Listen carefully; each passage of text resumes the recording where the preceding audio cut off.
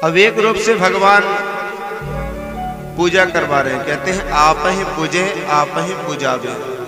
और एक रूप से भगवान गिरिराज जी के ऊपर चतुर्भुज रूप धारण किए हुए खड़े हुए। तभी एक सखा कहता कन्हैया से कि अरे कन्हैया, तेरे देवता की तो सकल तोते मिले, जे तेरे देवता है ना सेम टू सेम तेरे जैसा लगता है। कन्हैया ने कहा देखो, जिस गाय का दूध मैं पीता हूं उसी गाय का दूध अपने देवता को पिलाता हूं, इसलिए जैसा मेरा स्वरूप वैसे मेरे देवता को स्वरूप। सखागण बोले हाँ ये बात तो है। अब 1604 पूजा हुई। पूजा के बाद भोग लगाया गया। गिरिराज महाराज आनंद से प्रसाद पा रहे हैं और मंगाते जा रहे हैं, लाओ ब्रजवासियों भोग, लाओ ब्रजवासियों भोग। अब सखागण कह रहे हैं भैया ये तेरो देवता कबंते भूखो है, ये तो थम्बे को नाम ही ना ले रहा हो, ये तो सब खाए जा रहा हो। कछु हमारे ताई प्रसाद शादी बचेगे कि ना है? कन्हैया बोली देवता को खान दो, सब बचेगा, सबको प्रसाद मिलेगा। गिरिराज महाराज ने प्रसाद ग्रहण किया, सभी ब्रजवासियों को प्रसाद मिला। पूजन करने के बाद सभी ब्रजवासी गण अपने घर आए और पहले के मीडिया प्रभारी नारद जी महाराज नारायण नारायण करते करते देवराज इंद्र के पास गए और इंद्र के पास जाकर के कहते हैं कि भैया तुम्हारी कुर्सी तो गई, तुम्हारी कुर्सी तो गई। इंद्र ने बोला क्या बात है महाराज? बोले क्या बात है? बरसों से जो तुम्हारी चली आ रही पूजा, वो एक ग्वाले ने तुम्हारी पूजा बंद करवा दी। बोला अच्छा। इंद्र कुपित हो गया और उसने कहा उस ग्वाले का ये साहस हमारी पूजा बंद करवाएगा। तुरंत उसने अपने मेघों को आदेश दिया, गणम सांवर्तकम नाम मेघानाम चांतकारिणम इंद्रः प्रचोदयत् क्रुद्धो वाक्चाहि समान्युता। गणम सांवर्तकम नाम, सांवर्तक नाम आदि मेघों को इंद्र ने बुलाया। मेघ आए, बोले महाराज आदेश। इंद्र ने कहा कि जाओ और पूरे ब्रजमंडल में ऐसी बारिश करो कि सारा ब्रजमंडल बह जाए, ब्रजमंडल का नामो निशान ना रहे। बोले महाराज सभी मेघ गए, बारिश कर रहे हैं। अब जैसे बारिश होने लगी तब जितने सखागण, जितने ग्वालवाल सभी नंद बाबा के पास गए कि बाबा अब इंद्र देवता कुपित है गए, अब हमारी रक्षा कौन करेगा? अब हमारी रक्षा कौन करेगा? इसलिए सबसे व्रत करा। नंद बाबा बोले लाला तेने पूजा कर भी ना दे इंद्र की, देख प्रकोप मचाओ शुरू कर दियो बाने। अब ऐसा क्या ना करता, हम तो सब कर लेंगे। अब तू ही रक्षा कर कहेगे, तेरे कहने के ही मुताबिक हमने इंद्र की पूजा ना की और गिरिराज महाराज की तेरे पूजा की, इसलिए अब सबकी रक्षा तुम्हें ही करना है और अपने देवता से कहो रक्षा करे। कन्हैया ने कहा कि बाबा जिन देवता की हमने पूजा की है रक्षा भी हमारी वही देवता करेंगे।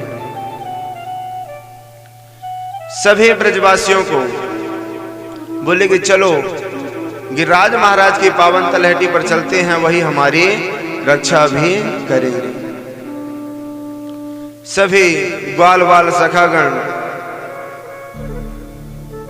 गिरिराज महाराज के तलहटी पर पहुंचते हैं और प्रार्थना करते हैं, गिरिराज धरण प्रभु तेरी शरण, गिरिराज धरण प्रभु तेरी शरण, गिरिराज धरण प्रभु तेरी शरण, गिरिराज धरण प्रभु तुम्हारी शरण, हो तुम्हारी शरण प्रभु तुम्हारी शरण, तुम्हारी शरण प्रभु तुम्हारी शरण,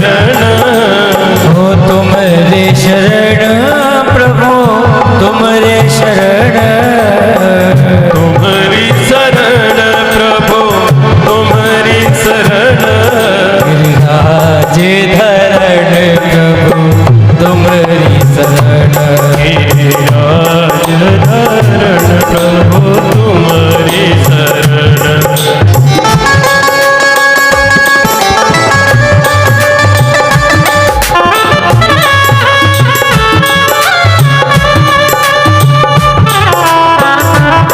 राज महाराज की जय हो।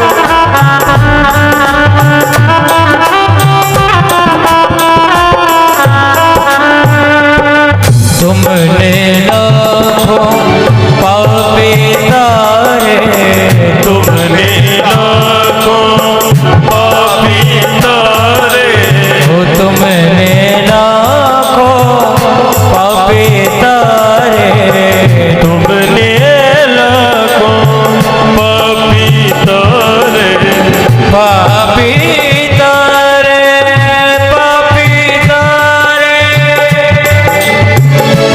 पापी, ओ तुमने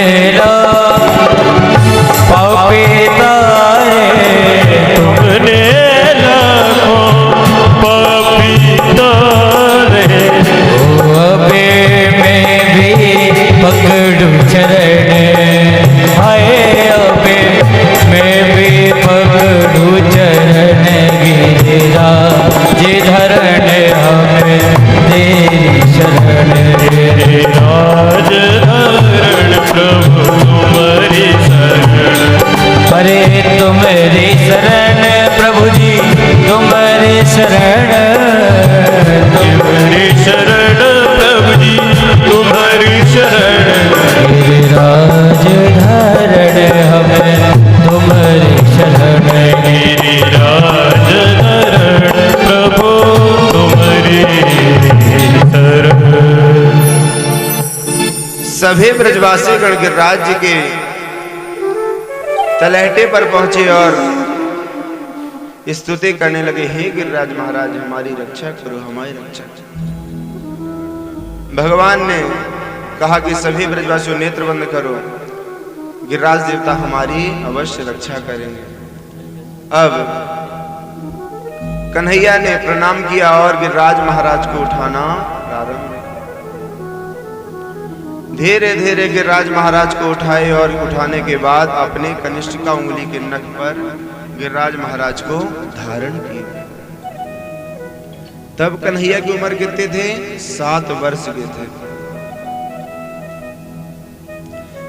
गिरिराज भगवान को कन्हैया ने अपने कनिष्ठ का उंगली के नख पर धारण किया और सभी ब्रजवासियों से बोले कि आओ ब्रजवासियों हमारे गिरिराज जी के नीचे आ जाओ।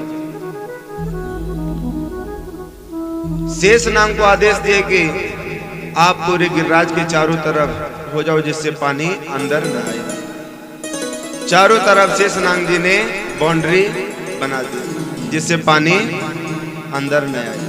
सभी ब्रजवासी, सभी सखा, गोपगल, गौ माता, बछड़े आदि सभी गिरिराज जी के नीचे आ गए। जब सखाओं ने देखा कि कन्हैया हमारा अकेले कनिष्ठ का उंगली लगाया है, अकेले उठाया है, तो कुछ हमें भी मदद करना चाहिए।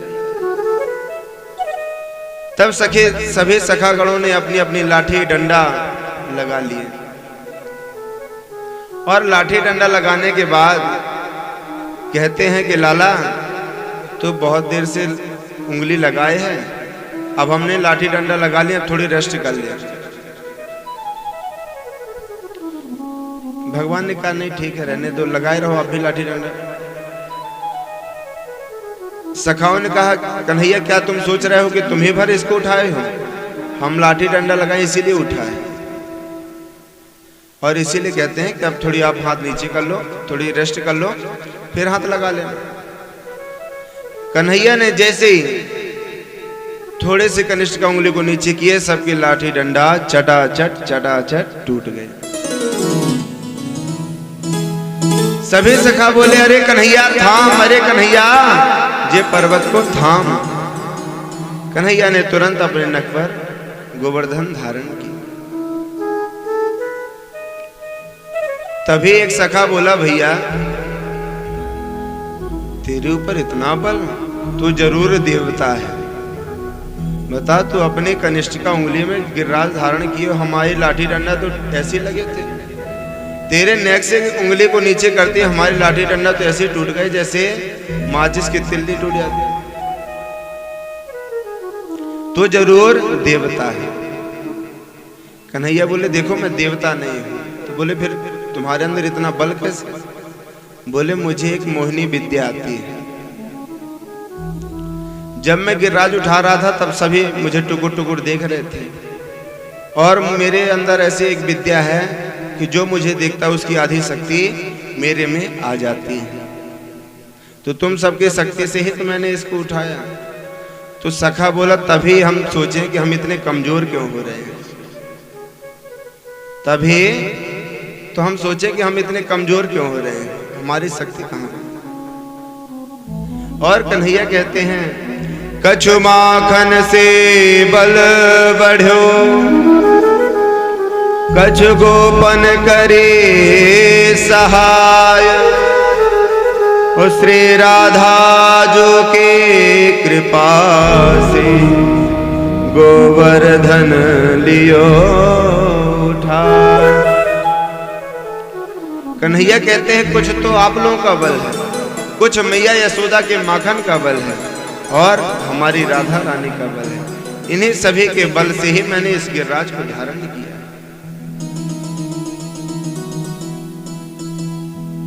मेघ बारिश में बारिश करते जा रहे हैं सभी सखा, पूरे ब्रजवासी गण गिरिराज जी के नीचे गिरिराज जी को छत्र बना करके सभी गिरिराज महाराज की छत्र छाया पर।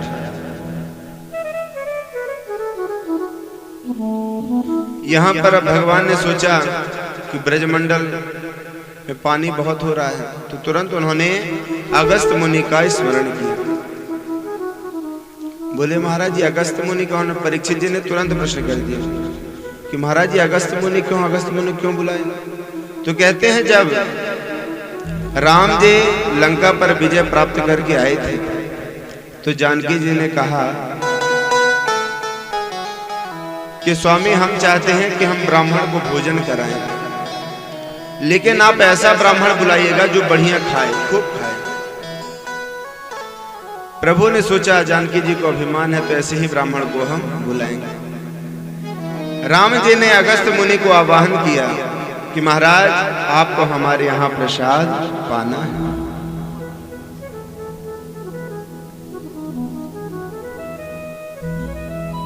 सीता मैया ने एवं रिद्धि सिद्धि सभी ने मिलकर के खूब प्रसाद बनाया, लेकिन सबको प्रसाद तो बाद में पवाएंगे, पहले ब्राह्मण जी में ब्राह्मण प्रसाद ग्रहण करेंगे। अगस्त मुनि को बुलाए, पैर धुले और भोजन पे बैठाए। अगस्त मुनि को भोजन कराना प्रारंभ हुआ तो अगस्त मुनि भोजन का भोग लगाए और पाने लगे। सभी रिद्धि सिद्धि जानकी जी सभी परोसने में लगी हैं और अगस्त मुनि पाते जा रहे हैं। पाते पाते कई वर्ष बीत गए। कई लोगों का भोजन प्रसाद बना था, अगस्त मुनि तो अकेले सब चटक गए, सब चकाचक पा गए। बोले और लाओ देवी, सभी हेल्प में है, रिद्धि सिद्धि सभी बना रहे हैं, शुभ लाभ सभी आ गए हेल्प में, लेकिन कोई भी पुजा नहीं रहा, प्रसाद पुजा नहीं पा रहा, सब अगस्त जी पाए जा रहे। जानकी जी का अभिमान दूर है, तुरंत अपने स्वामी श्री राम जी के चरणों में कि स्वामी ऋषि तो उनका पेट ही नहीं भर रहा है, हमने कई लोगों का प्रसाद बनाया था, वो तो अकेले चटक गए, सब शेष हो गया, कुछ नहीं बचे, अब आप ही कृपा करो। तब श्री राम जी की कृपा से अगस्त मुनि के पेट में संतुष्टि हुई। अब अगस्त जी ने कहा कि भैया पानी पिलाओ, तो जानकी जी ने कहा जब इतना प्रसाद ग्रहण करें तो जल तो कितना चाहिए। राम जी ने कहा देखो त्रेता में हमने भोजन पवाया है, द्वापर में आपको जल पिलाएंगे। तो आज कन्हैया अगस्त मुनि का स्मरण कर रहे हैं कि हे अगस्त मुनि आप आइए और जल को ग्रहण कीजिए। एक साइड अगस्त मुनि अपने कर के द्वारा कर लगा करके मुख से और पूरा जल का पान कर रहे हैं। जो ब्रजमंडल जल से डूबा था, पूरा जल अगस्त मुनि ग्रहण कर गए, पान कर गए। और जलपान करने के बाद जब अगस्त मुनि जलपान कर गए तो वहां पूरा पानी सूख गया। भगवान श्री कृष्ण सुदर्शन चक्र से पूरे वहां पर जो नमी थी सब जल को सुखवा दिया। इंद्र ने मेघों को भेजा कि देखो अब तो शायद बह गया होगा ब्रजमंडल।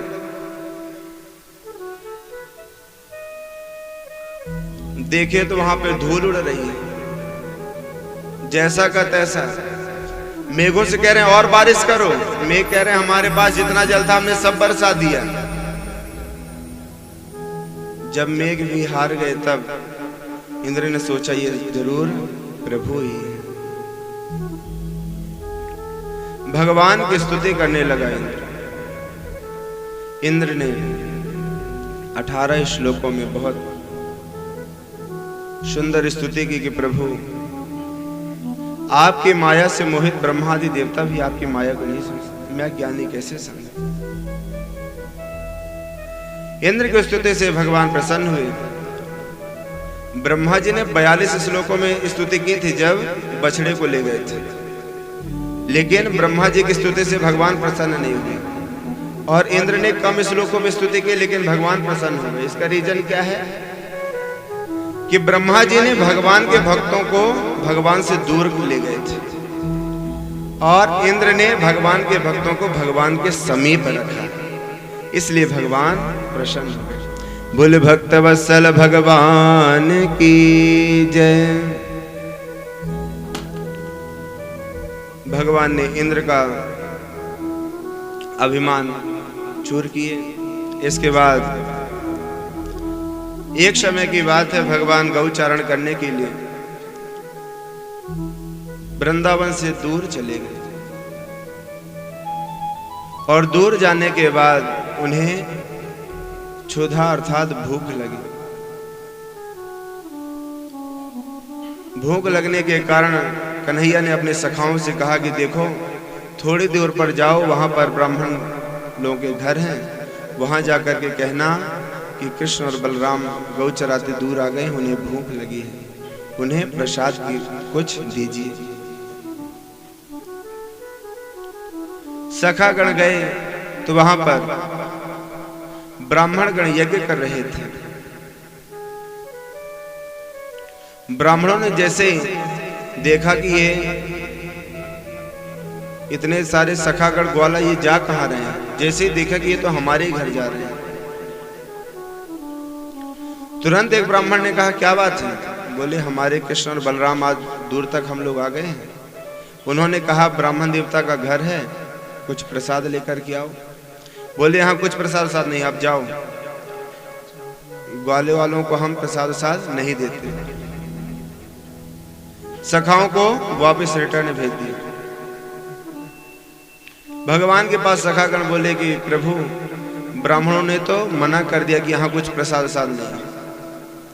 तब भगवान ने कहा कि आप ब्राह्मण के पास क्यों गए थे। ब्राह्मण पतियों के पास जाते, माताओं के पास जाते, क्योंकि माँ का हृदय बड़ा कोमल होता है।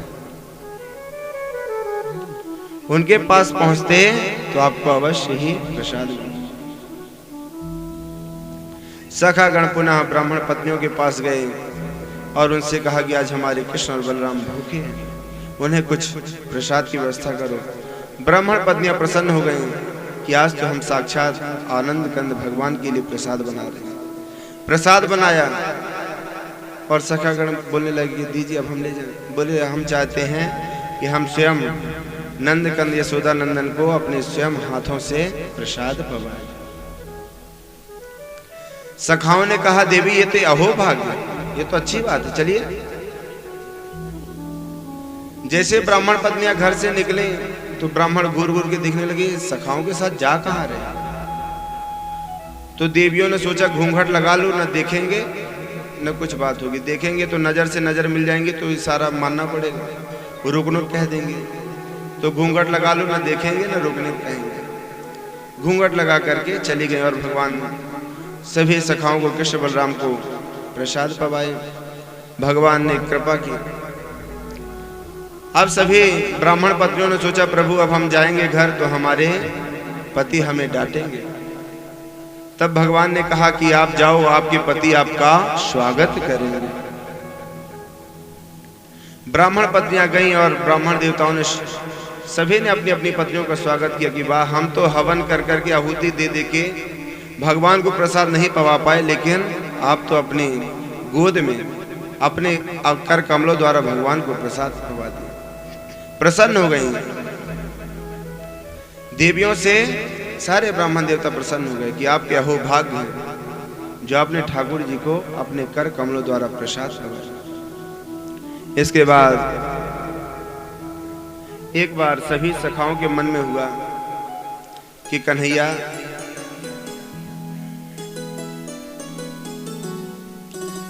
ये बैकुंठ क्या होता है, हमें बैकुंठ का दर्शन करना है। सखाओं की जिद पे भगवान ने कहा अगर बैकुंठ का दर्शन करना है तो चलो। सभी सखाओं को ब्रह्मकुंड ले गए और ब्रह्मकुंड में कहा कि चलो इसमें कूद जाओ, डुबकी मार दो। जैसे ब्रह्मकुंड में सभी सखागण ने डुबकी लगाई तो तुरंत बैकुंठ पर निकले। वृंदावन में ब्रह्मकुंड है पुराने रंग जी के पास बगल में। उस ब्रह्मकुंड में सभी सखागण ने जैसे डुबकी लगाई, छलांग लगाई, तुरंत डायरेक्ट ब्रह्मांड में ही ब्रह्मलोक में ही निकले, बैकुंठ में निकले। और बैकुंठ में देखे कि वहां तो कई सैनिकों से कहे भैया राधे राधे, कोई बोले ना, आगे बढ़े, कोई किसी से कुछ बात ही नहीं कर रहा। आगे भगवान श्री कृष्ण क्षीर सागर पर विराजित थे। कई उनके यहाँ अगल बगल चमर हिला रहे हैं। जैसे कन्हैया से मिलने का प्रयास किया तो सखाओं को रोक दिया गया। अरे रुको, कहाँ जा रहे हो, यहाँ से आगे जाने की अनुमति नहीं। बोले अरे वो हमारा सखा है। जब ब्रजवासियों ने देखा कि जहां पर हम अपने कन्हैया से मिल ही ना सके, बात ही ना कर सके, तो ऐसा बैकुंठ हमें नहीं चाहिए। उन्होंने तुरंत कन्हैया के स्मरण किया कि कन्हैया हमें तो अब वृंदावन ही ले चलो, यहाँ तो कोई राधे राधे नहीं बोल रहा है, यहाँ पे हमें नहीं रहना। भगवान ने सभी ब्रजवासियों को बैकुंठ का दर्शन कराया। उसके बाद एक समय की बात है, भगवान ने सोचा कि कामदेव को अभिमान हो गया। कंद कंदर्प दर्पहा, कंदर्प को दर्प हो गया है, अर्थात अभिमान आ गया। कामदेव को अभिमान आ गया। कामदेव कहता मैंने ब्रह्मा को मोहित कर दिए, शिव जी को मोहित कर दिए, मेरे से कोई पार नहीं पाया है। तब भगवान ने कहा कि समय आने दो, हम तुमसे, आप कहते हो ना कोई पार नहीं पाया है, तो आपको जो करना हो कर लेना, हम अनेकानेक गोपियों के साथ रास करेंगे। आज भगवान के मन में विचार आया कि कामदेव का अभिमान तोड़ना चाहिए। भगवान ने ऐसे मधुर बंसी बजाई, निसम्य गीतम तदनंग वर्धनम ब्रज स्त्रियः कृष्ण गृहीत मानसा आजग्मुरन्यो नमलक्षितोद्यमः।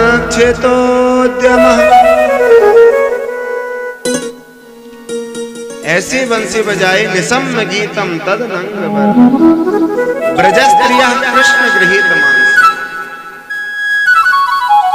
जो ब्रज की स्त्रियां थीं वो सभी कृष्ण गृहीत मानसा, उनके मन में ऐसा आने लगा कि कन्हैया हमें पुकार रहे हैं, हमें बुला रहे हैं। मुरली जोर की बजाए नंद लाला, हो मुरली जोर की बजाए रे नंद लाला, मुरली जोर की बजाए रे नंद लाला, नंद लाला जी मारा गोपाला, नंद लाला जी मारा गोपाला, ओ नंद लाला जी मारा गोपाला, नंद लाला जी मारा गोपाला। मुरली जोर की बजाए लाला, मुरली जोर की बजाए रे लाला,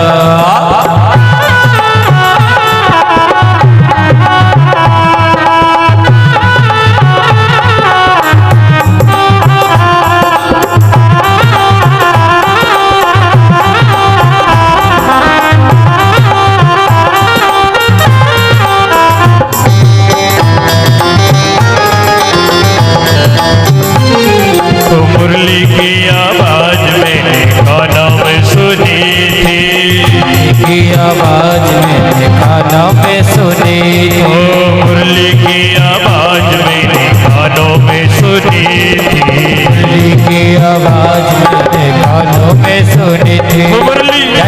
मुरली जोर की बजाई रे लाला, मुरली जोर की बजाई रे नंद लाला, नंद लाला जी मारा गोपाला, नंद लाला जी मारा गोपाला, नंद लाला मारा गोपाला, नंद लाला मारा गोपाला।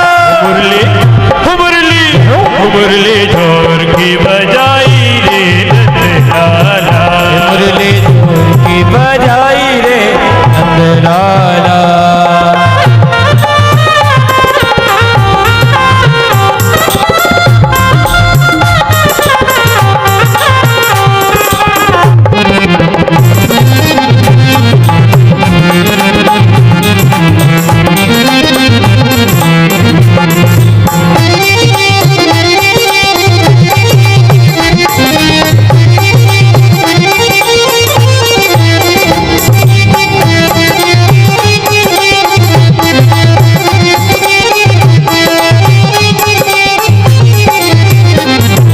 मुरली की आवाज मैंने बागा में सुनी थी, मुरली की आवाज मैंने बागा में सुनी, ओ मुरली की आवाज मैंने बागा में सुनी थी, मुरली की आवाज मैंने बागा में सुनी थी। फुलड़ा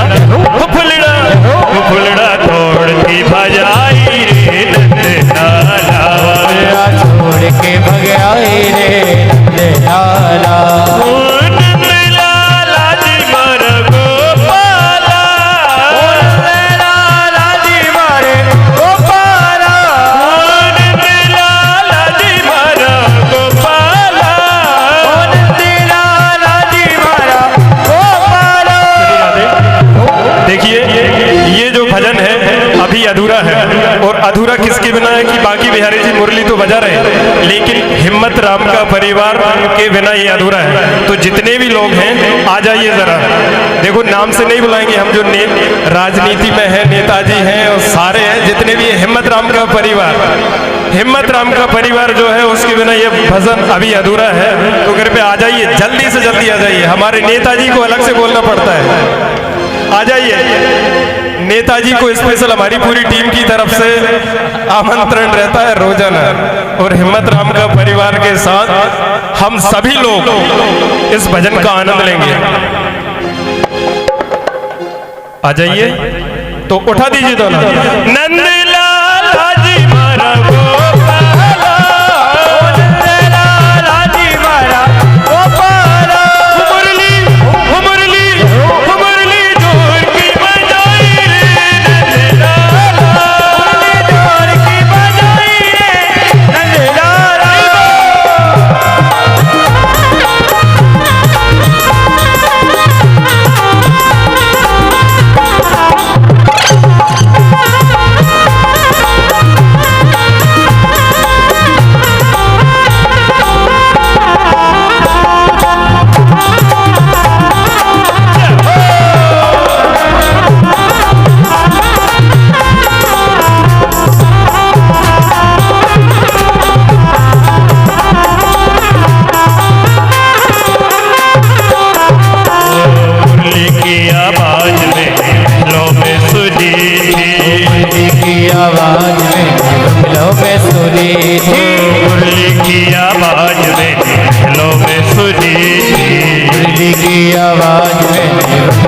में सुनी थी। हुललना हुललना हुललना रूप तो छुड़ी आई रे नंदलाला, रूप तो छुड़ी आई रे नंदलाला, ओ नंदलाला जी मारा गोपाला, ओ नंदलाला जी मारा गोपाला। मुरली मुरली मुरली जोर की बजाई रे नंदलाला, मुरली जोर की बजाई रे नंदलाला।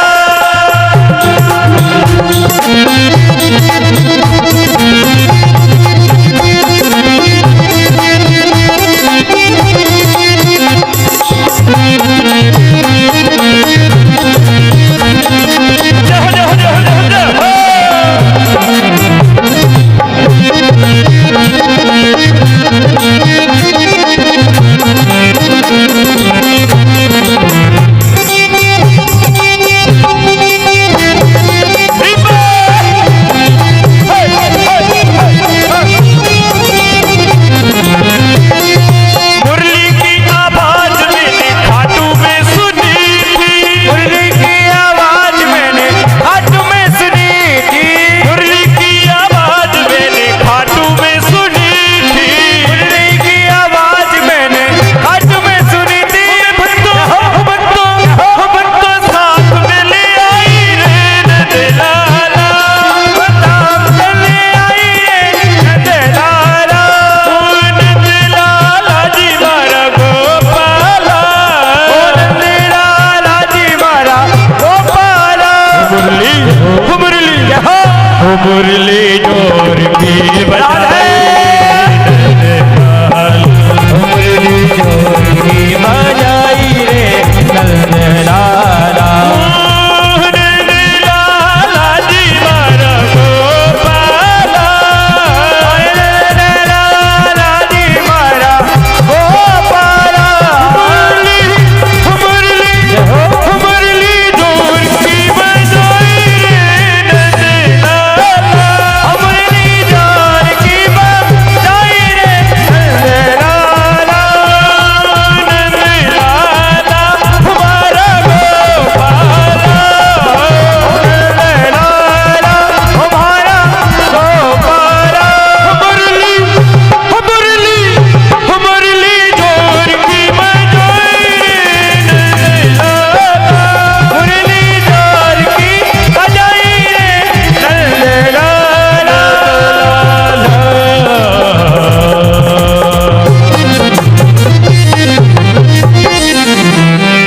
बोलो बांके बिहारी लाल की। बोल कृपा बिहारी सरकार की जय।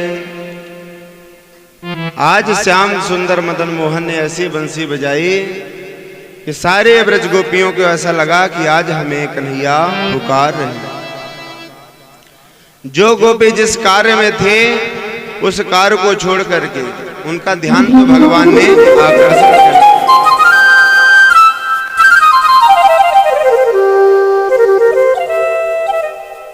एक गोपी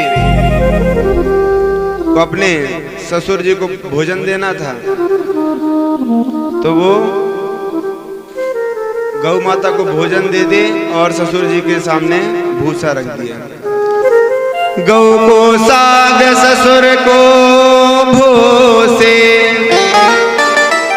ऐसे मते बोराए हो श्याम ने ऐसे मन बन से मधुर बजाए। कन्हैया ने ऐसी बंसी बजाए कि सभी गोपियों का चित्त केवल भगवान श्री कृष्ण की मुरली की धुन पे कि द्वारकाधीश हमें पुकार रहे, कन्हैया हमें पुकार रहे। ससुर को देना था भोजन तो गौ का जो भोजन था वो ससुर के सामने रख दिया और जो ससुर का भोजन था वो गाय के सामने। गौ को साग ससुर को भूसी ऐसे मति गौर आए जब से श्याम ने ऐसे बंसी मधुर। एक गोपी गाय दुह रहे थे तो उसका ध्यान तो श्याम सुंदर के उस बंसी पे वो पूरा दूध नीचे, बाल्टी का उसे ध्यान ही भूल गया। एक गोपी श्रृंगार कर रहे थे, तो श्रृंगार एक साइड के नेत्रों में काजल लगा, एक साइड से भूल गए। एक गोपी काजल लगाना था नेत्रों में, तो काजल लगा लिया ओठों में और लाली लगा ली नेत्रों में। सभी गोपियां भगवान की ओर आकर्षण होकर के खींची चली आ रही, जहां पर श्याम सुंदर बंसी बजा। सभी गोपियां भगवान के पास पहुंची, तो भगवान ने देखा कि आज गोपियां यहां आ रही हैं, क्या बात है। भगवान ने बंसी तो बजाई, लेकिन पहले परीक्षा लेते हैं। भगवान ने देखा सभी गोपियां आ रही हैं, तो प्रभु देखते ही कहते हैं, स्वागतम भो महाभागा प्रियम किम करवाणि वा ब्रजस्या नामहं कर्म ब्रोतागमन कारणम्। स्वागतम भो महाभागा, अरे देवियों आओ आओ, स्वागत, आपका स्वागत है, वेलकम है, आइए आइए। स्वागतम भो महाभागा प्रियम किम करवाणि वा, लेकिन प्रिय आप आए क्यों हो यहाँ? आपके आने का कारण क्या? ब्रजस्या नाम अहम कर्मा ब्रूतागमन कारण। आप आए हो, आपका तो स्वागत है, लेकिन आने का कारण क्या है? राजन्यसा घोर रूपा, क्या चंद्रमा देखने आई हो? राकेश कर रंजिता, आप इस घनघोर जंगल में मध्य रात्रि के समय यहां क्यों आई हो? और आपको तो अपने पति के साथ रहना चाहिए, पति को छोड़ करके आई हो?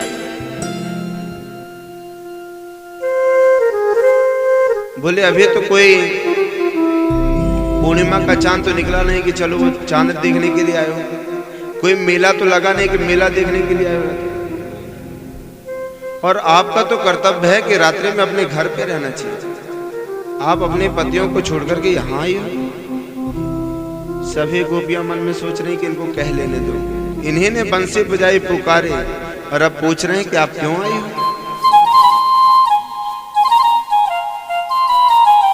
फिर गोपियां कहते हैं कि प्रभु अब आपने अगर बोल लिया हो तो कुछ हम बोले। भगवान ने कहा बोलो। बोले कन्हैया ये बताओ कि अगर किसी का पति परदेश चला जाए तो उसे क्या करना चाहिए? बोले अगर किसी का पति परदेश चला जाए तो पति की मूर्ति देख करके ही आभास करना चाहिए कि हमारे स्वामी यही हैं, उन्हीं की मूर्ति की सेवा करना चाहिए। पति की सेवा करना चाहिए, मूर्ति पर ही, तस्वीर पर ही। बोले अगर फिर असली पति आ जाए और हम तस्वीर की पूजा कर रहे हो तो फिर हमें ऐसी घड़ी पे क्या करना चाहिए? वो दरवाजा खटखटाना। बोले जब असली पति आ जाए तो मूर्ति की क्या पूजा करना, फिर तो दरवाजा खोलो। तो बोले जो हमारे वो पति है ना वो तस्वीर रूप में है, और जो आप हो ना वो जगत के पति है। भगवान ने सोचा कि गोपियां कोई साधारण नहीं।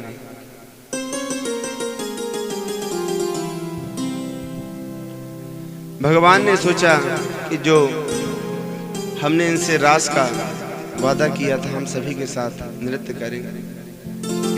आज भगवान ने मन में विचार किया कि गोपियों के साथ हमें नृत्य करना चाहिए। भगवान पिता रात्रे शरदोत्फुल्लमल्लिका वेक्षरन्तुं मनश्चक्रे योगमायामुपाश्रिता।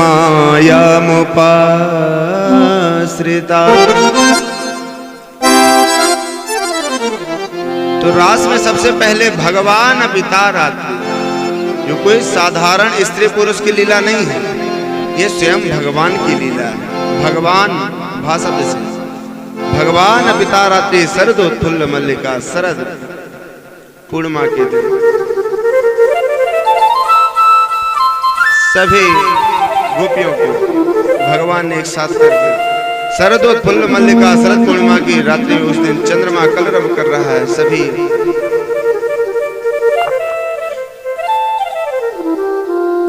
भगवान विदारात्रि शरदोत्फुल्ल मल्लिका वीक्षरन्तु मनश्चक्रे योग माया मुपासा।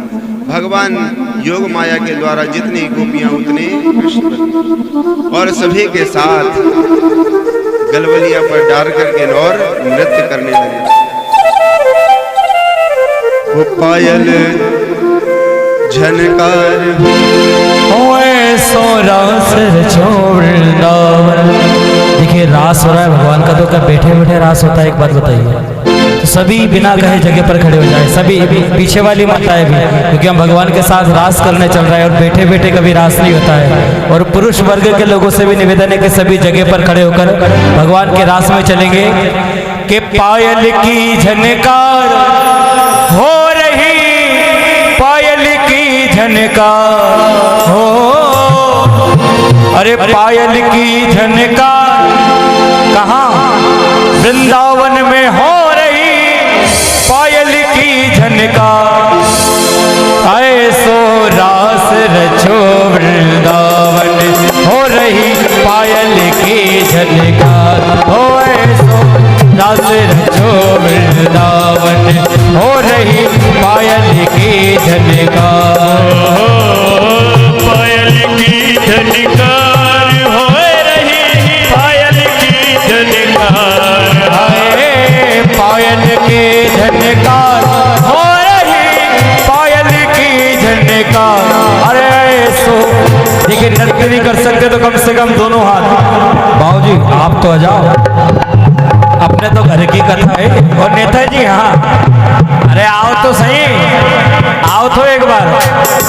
पैर दर्द करते वो ठीक है, लेकिन एक बात और है, जो भगवान के रास में नृत्य करता है उसे पैर की तकलीफ कभी नहीं होती बुढ़ापे में।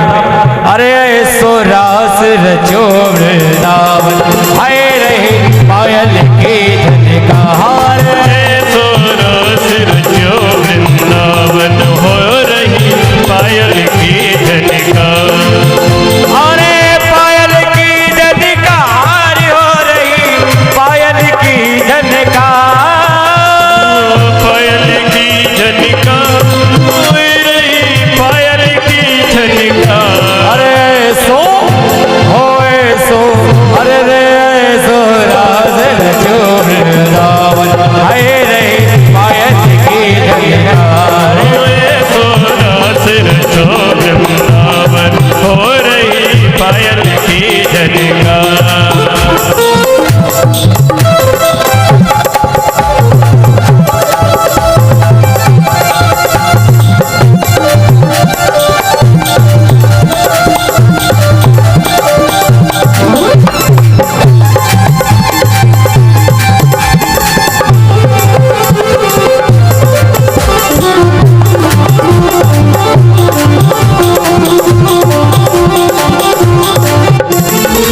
राधा मोहन ले गले भैया, राधा मोहन ले गल भैया, अरे राधा मोहन ले गले भैया।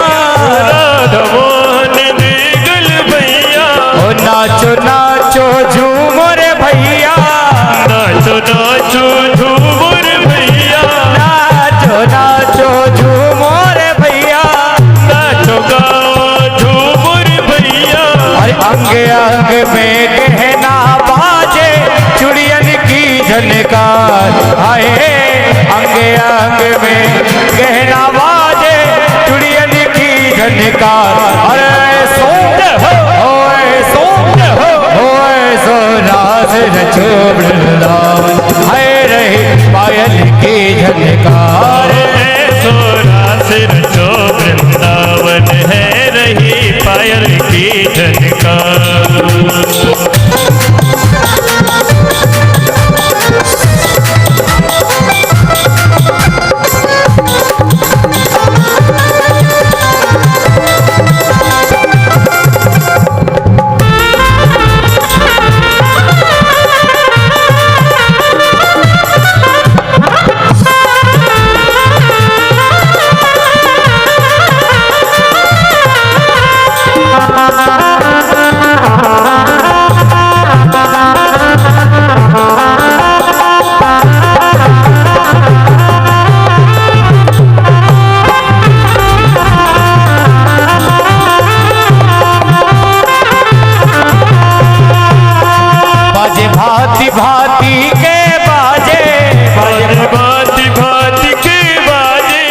बाजे भांति भांति के बाजे, बाजे भांति भांति के बाजे, ढोलक बाजे ढोलक बाजे मृदंग भी बाजे, ढोलक बाजे मृदंग भी बाजे, अंग अंग में गहना बाजे चुड़ियन की झनकार, हाय अंग अंग में गहना बाजे चुड़ियन की झनकार। और देखिए हमारे बाबूजी जितने भी बैठे हैं ऐसे मायूस चेहरे में मत बैठिए, नहीं तो हमें आनंद नहीं आएगा गाने में।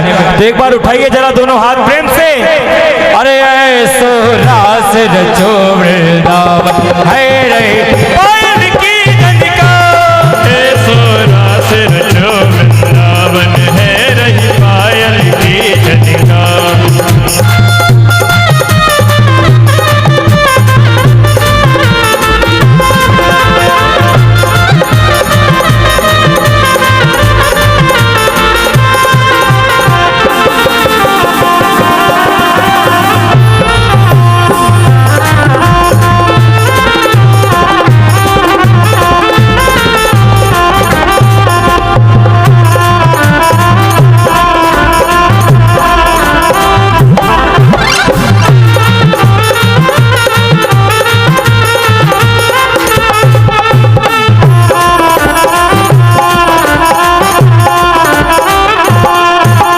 घुंघरू खूब छमा छम बाजे, घुंघरू खूब छमा छम बाजे,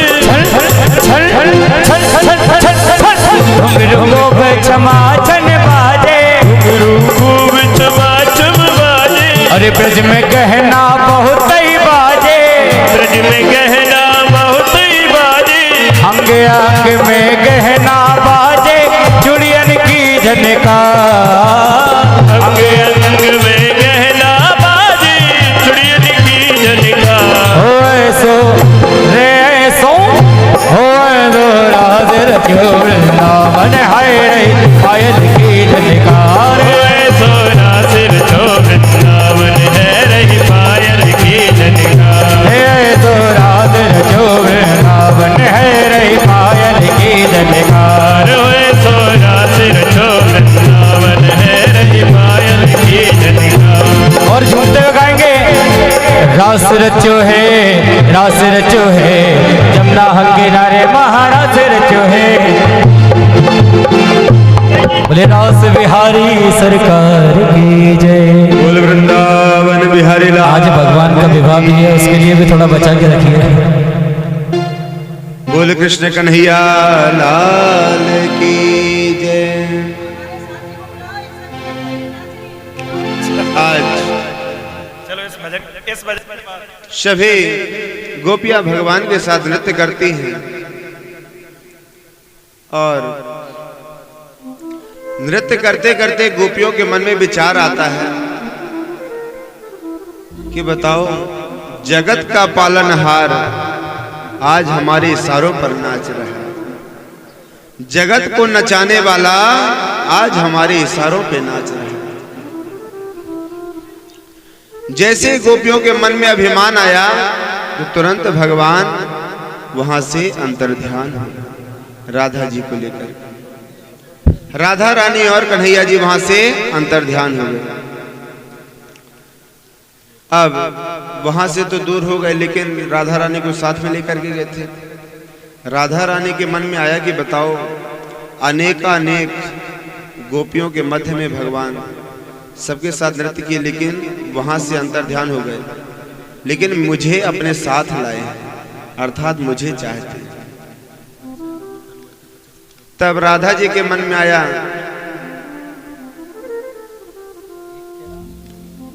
राधा जी ने सोचा हमें प्रभु बहुत चाहते, हमें छोड़ करके नहीं रह सकते।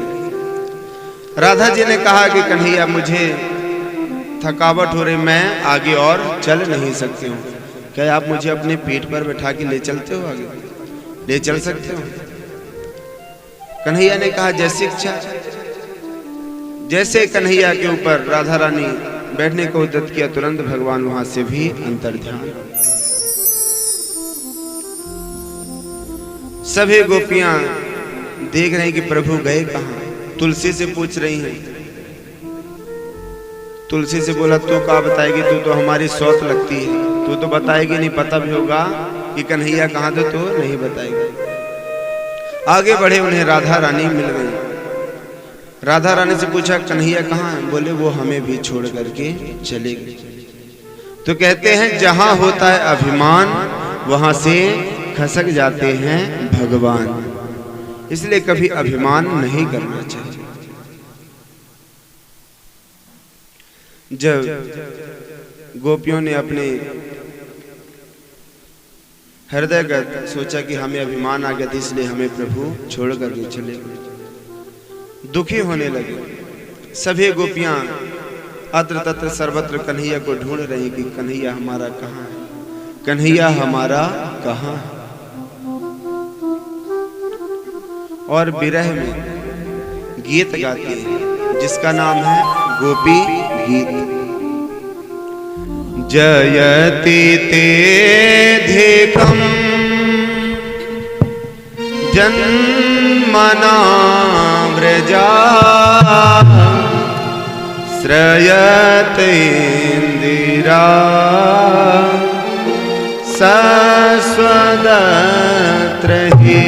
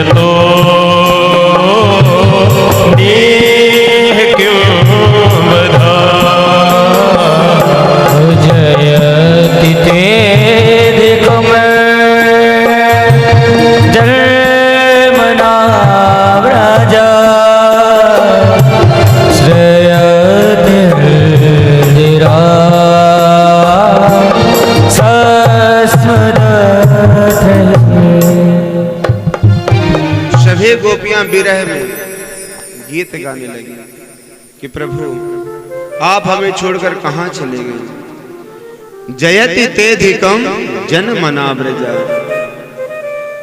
जब से आप इस ब्रजमंडल को छोड़ करके गए हो ना,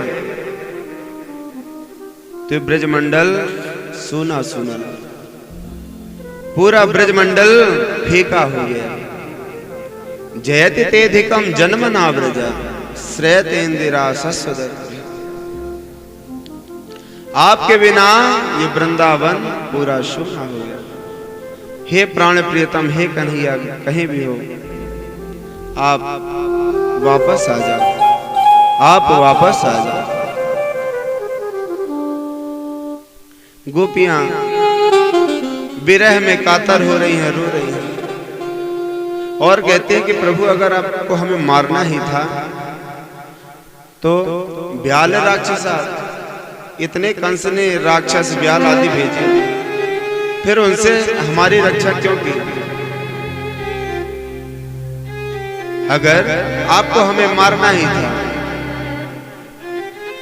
तो ब्याल अघासुर आया, उनसे हमारी रक्षा क्यों की? बकासुर आया, उनसे हम लोग हमारी रक्षा क्यों की? और कालिया नाग से हमारी सभी की रक्षा क्यों की? अगर आपको विरह अग्नि पर मारना ही था तो ऐसे ही मार देते, लेकिन आप तो हमें तड़फा तड़फा कर, हम तो मर भी नहीं सकते। फणे फणार पेतम, आपने हजारों फण वाले उस शेषनाग से क्यों हमें बचाया? कालिया नाग से हमें क्यों बचाया? हमें मर जाने देते? क्या इसी दिन के लिए हमें बचाया था कि आपको विरह अग्नि से मारे? और हम तो मर भी नहीं सकते। क्यों? क्योंकि तब कथामृतम, हमने आपके कथामृत पान किया तो हम मर भी नहीं सकते। तप्त जीवन कभी भिरीडितम कल्मषापहम, हे प्रभु, हे श्याम सुंदर, हे कन्हैया, जहां कहीं भी हो आप आ जाओ। सभी गोपियों का विरह से रोए जा रहे, रोए जा रहे। भगवान ने सोचा कि गोपियां बहुत दुखी हो रही हैं, ज्यादा गोपियों को कष्ट नहीं देना चाहिए। सभी गोपियां रो रही। एते गोप्यः प्रगायन्त्यः प्रलपन्त्यस्य चेत्रधा, रुरुद्रुः सुस्वरन् राजन् कृष्ण दर्शन लालसा। इति गोप्यः प्रगायन्त्यः, सभी गोपियां विलाप कर रही हैं, रो रही हैं। क्यों रो रही हैं? रो रुद्रुः, रो रही हैं। रो क्यों रही हैं? कृष्ण दर्शन लालसा, कि कन्हैया का हमें दर्शन हो जाए, कन्हैया का हमें दर्शन। पूरे गोपी गीत का यही सार है कि गोपियां रो रही हैं। क्यों रो रही हैं? कृष्ण दर्शन लालसा। रुरुद्रुः सुस्वरन् राजन् कृष्ण दर्शन लालसा। गोपियां रोने का एक ही रीजन है, कृष्ण दर्शन लालसा, कन्हैया का दर्शन हो जाए, श्याम सुंदर का दर्शन हो जाए।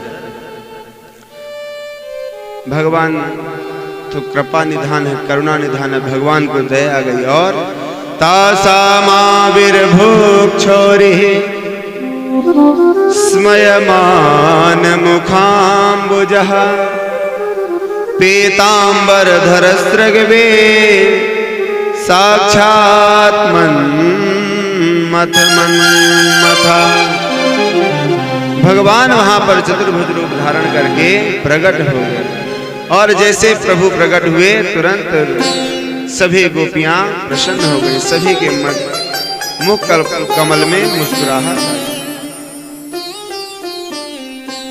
भगवान ने कहा, गोपियों, हमें कष्ट देने का आपको कोई मंतव्य नहीं था, लेकिन जहां होता है अभिमान वहां हम नहीं रहते।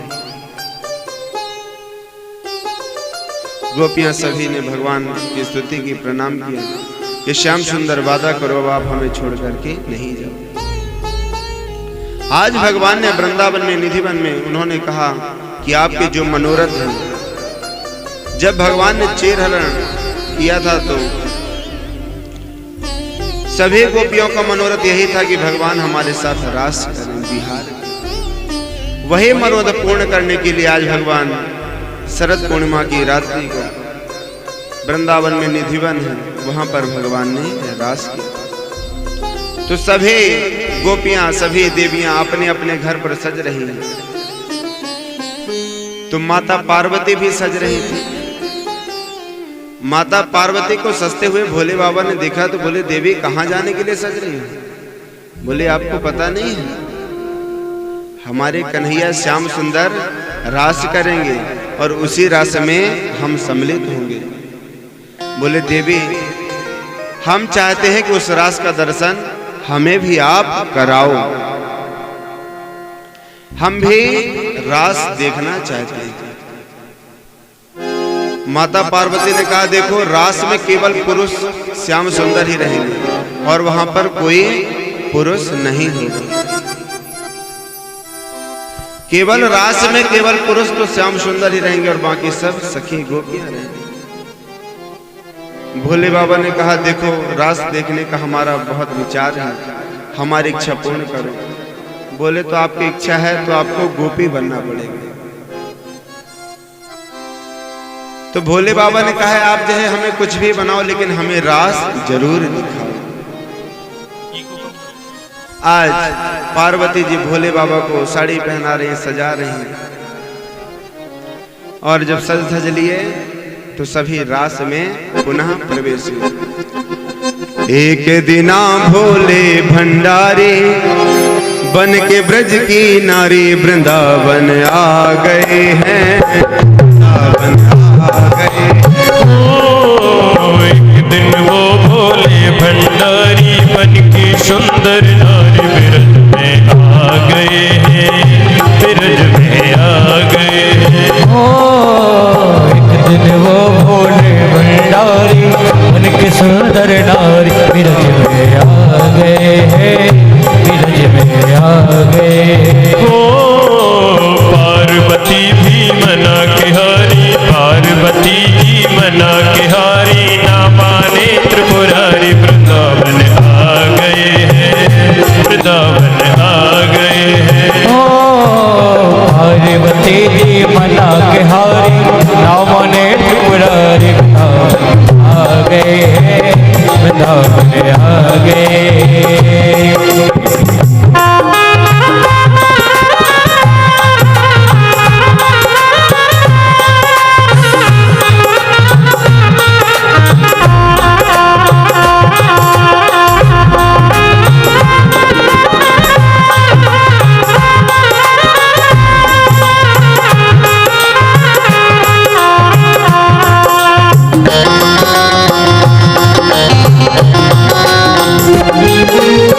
पार्वती से बोले मैं भी चलूंगा तेरे संग में, तेरे संग में। ओ पार्वती से बोले मैं भी चलूंगा तेरे संग में, ओ तेरे संग में। हो राधा संग श्याम नाचे मैं भी चलूंगा तेरे संग में, तेरे संग में। हाय राधा संग श्याम नाचे मैं भी नचूंगा तेरे संग में, ओ तेरे संग में। रास रचेगा ब्रज में भारी, रास रचेगा ब्रज में भारी, हमें दिखाओ प्यारे वृंदावन आ गए हैं, वृंदावन आ गए हैं। एक दिना भोला भंडारी बन के ब्रज की नारी वृंदावन आ गए, वृंदावन आ गए।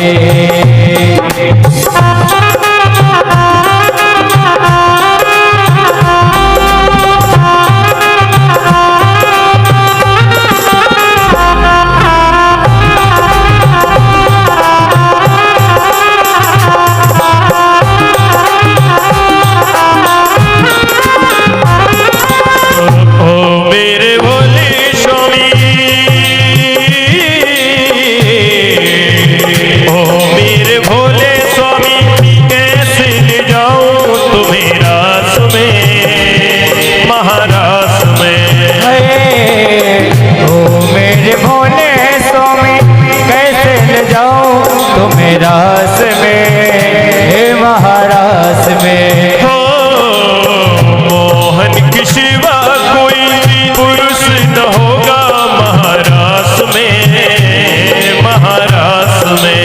हो मोहन के सिवा कोई पुरुष न होगा उस रास में, ओ महारास में। हंसी करेगी ब्रज की नारी, हंसी करेगी ब्रज की नारी, मानो बात हमारी, वृंदावन आ गए हैं, वृंदावन आ गए हैं। ओ एक दिना भोला भंडारी बन के सुंदर नारी वृंदावन आ गए, वृंदावन आ गए।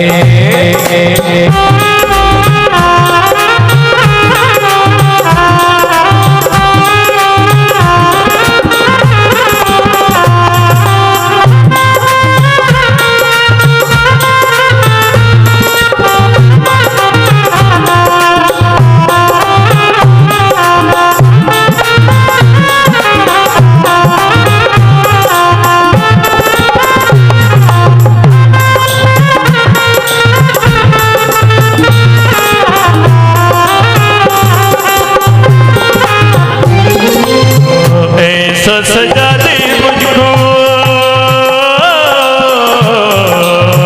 ऐसा सजा दे मुझको, कोई न जाने इस राज को, इस राज को। है ऐसा सजा दो मुझको, कोई न जाने इस राज को, इस राज को। मैं हूँ सहेली तेरी, ऐसा बताना ब्रजराज को, ब्रजराज को। मैं हूँ सहेली तेरी, ऐसा बताना ब्रजराज को, ओ ब्रजराज को। और देखिए कितने सुंदर सजे हैं हमारे भोलेनाथ। लगा कि बिंदिया पहन के साड़ी, लगा कि बिंदिया पहन के साड़ी, चाल चले मतवारी बिरज में आ गए हैं, आ गए। ओ एक दिन वो भोले भंडारी बन के सुंदर नारी बिरज में आ गए हैं, आ गए। और फिर देखा जब मोहन ने,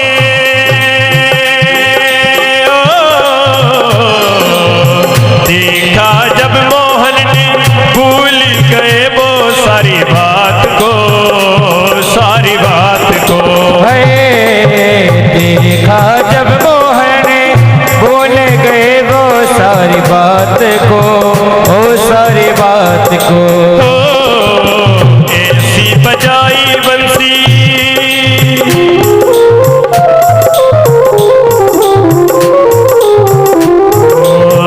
ऐसी बजाई बंसी, सुध बुध भूले भोलेनाथ जी, भोलेनाथ जी। ऐसी बजाए बंसी, सुध बुध भूले भोलेनाथ जी, हे भोलेनाथ जी। सिर से सरक गई जब साड़ी, मुस्काए बन भरे बिरज में आ गए, बिरज में आ गए। हो एक दिन वो भोले भंडारी बन के सुंदर नारी बिरज में आ गए, ओ बिरज में आ गए, बिरज में आ गए, ओ बिरज में आ गए, बिरज में आ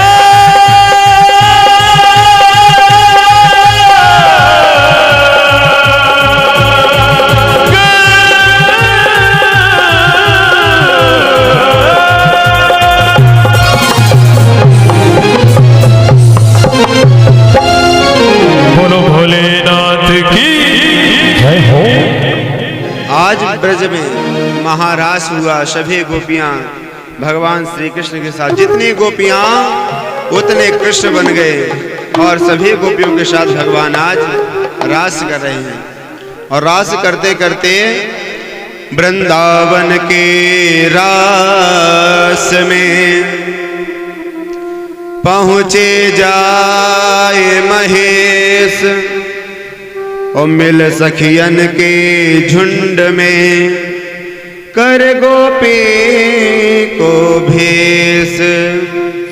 नारायण ब्रज भूमि को सुरपति नावत माथ, यहाँ आए गोपी भई श्री गोपेश्वर नाथ। वृंदावन के रास में शिव जी गोपियों का वेश धारण करके मिल सखियों के झुंड में, सखियों के झुंड में मिल करके और रास में थे। तभी भगवान की दृष्टि शिव जी पर पड़ी और वो समझ गए कि वाह भोले बाबा, आप भी इस रास का आनंद ले रहे हैं। और भगवान का वहां पर नाम हो गया गोपेश्वर नाथ। बोल गोपेश्वर भगवान की जय। महाराज हुआ। महाराज के पावन चरित्र के बाद एक समय की बात है, नारद जी के मन में विचार आया कि भगवान को अवतार लिए बहुत दिन हो गए,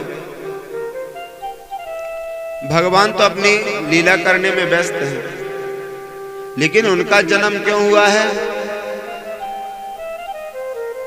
धर्म की स्थापना के लिए एवं अधर्म का नाश के लिए। भगवान तो सब भूले, अभी भगवान तो अपनी लीलाएं कर रहे हैं। तब नारद जी नारायण नारायण करते करते वृंदावन आए और कन्हैया से कहते हैं, प्रभु आप जिस कार्य के लिए अवतरित हुए हैं, आपका जन्म हुआ है आताताई कंस को मारने के लिए, तो आप शुभ कार्य में देर क्यों कर रहे हैं?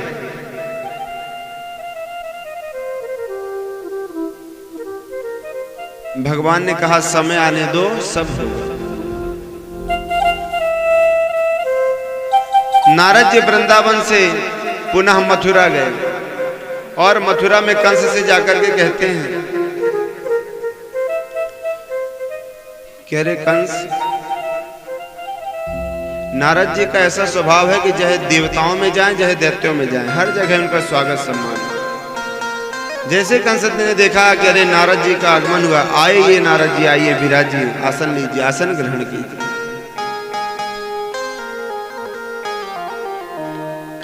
नारद जी महाराज कंस के यहाँ गए और बोले कि कंस, आसन वसन तो ठीक है, लेकिन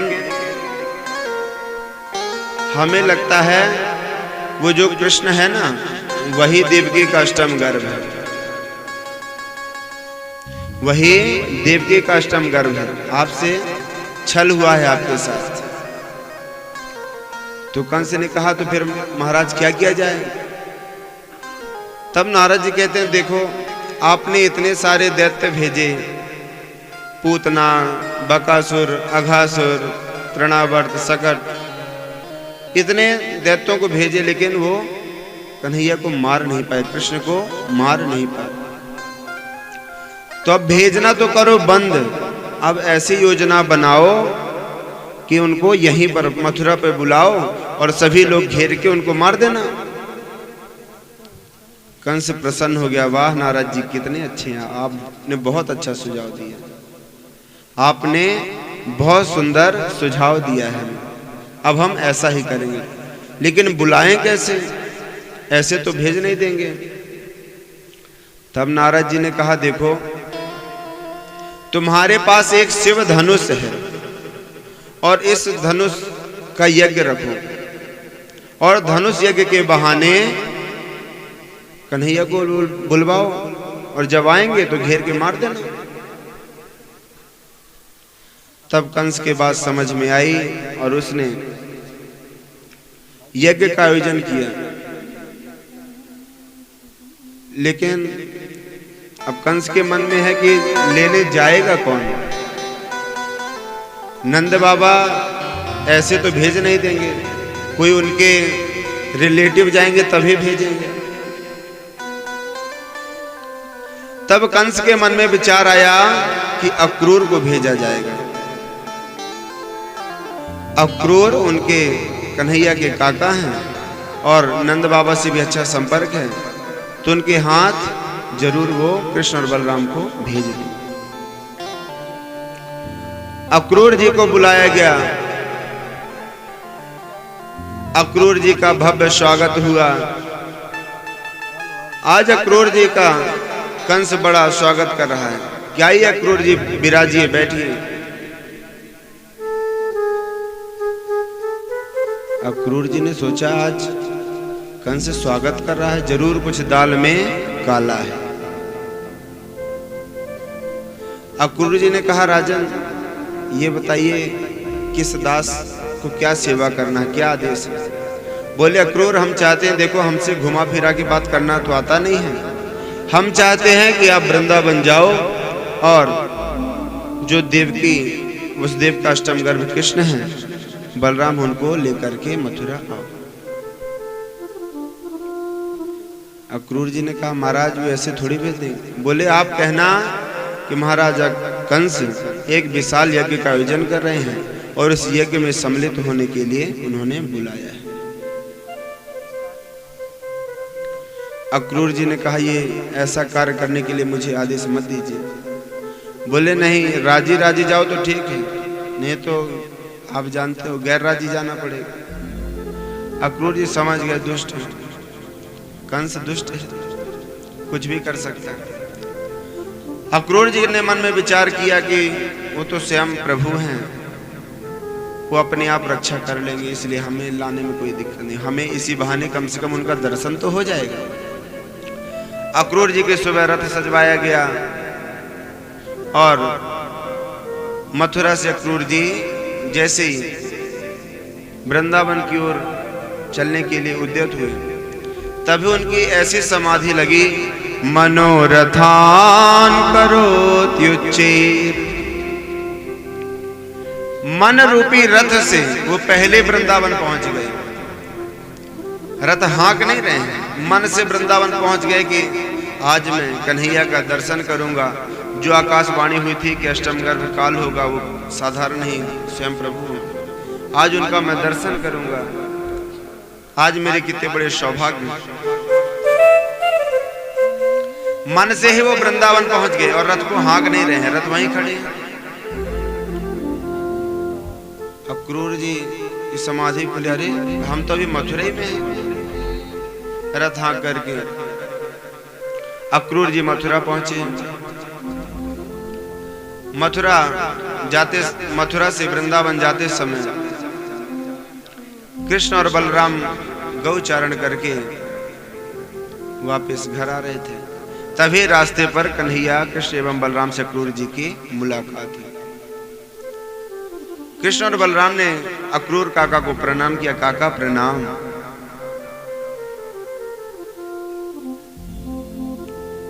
अक्रूर जी ने सारा समाचार कृष्ण और बलराम से बता दिए कि देखिए, आपके मामा कंस ने हमें भेजा है आप लोगों के लाने के लिए।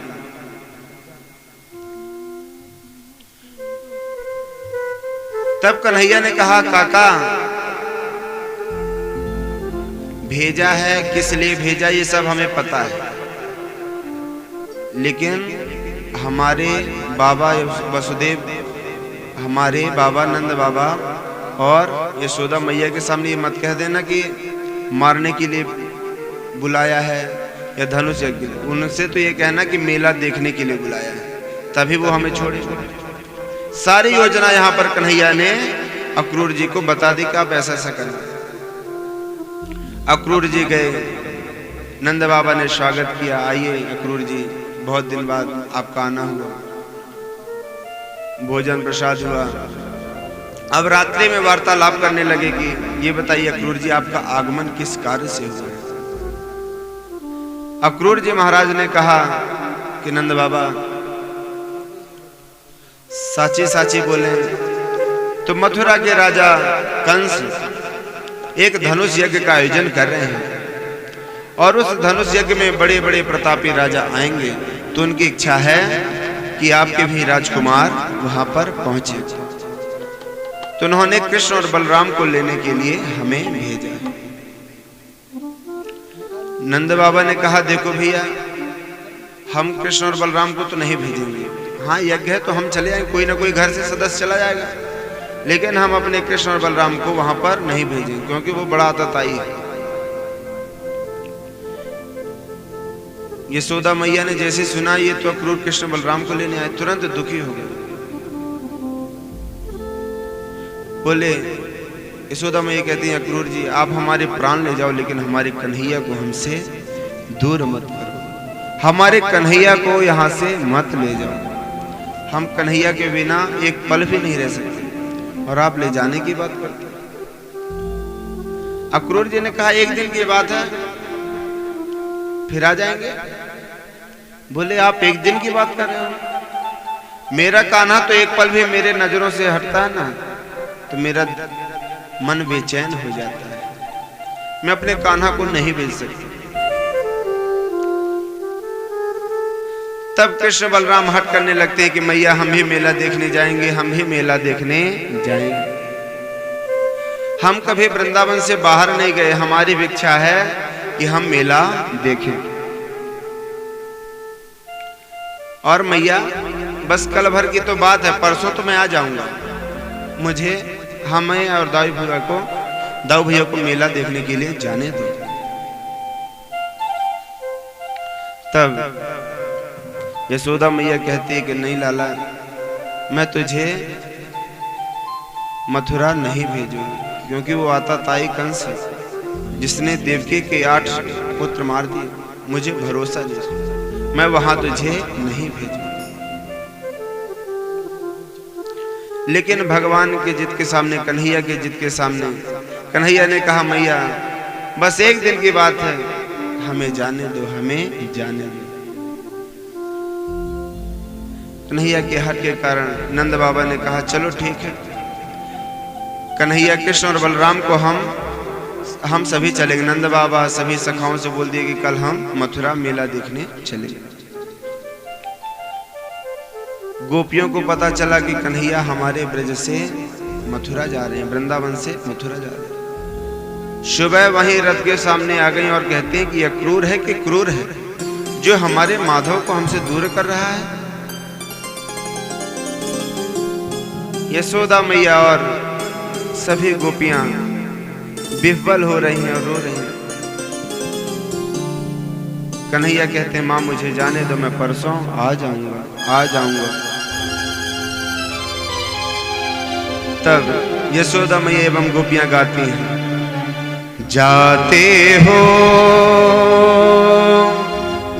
छोड़कर कैसे जिएंगे हम, जा रहे हो तो जाओ ब्रज छोड़ कर, सबका दिल तोड़ कर, प्रेम ब्रज सा कन्हैया कहाँ पाओगे, कहाँ पाओगे।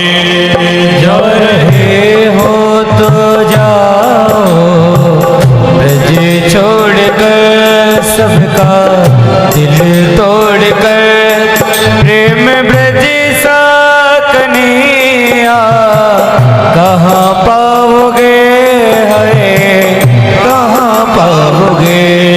जा रहे हो तो जाओ ब्रज छोड़ कर, सबका दिल तोड़ कर, प्रेम ब्रज सो कन्हैया कहाँ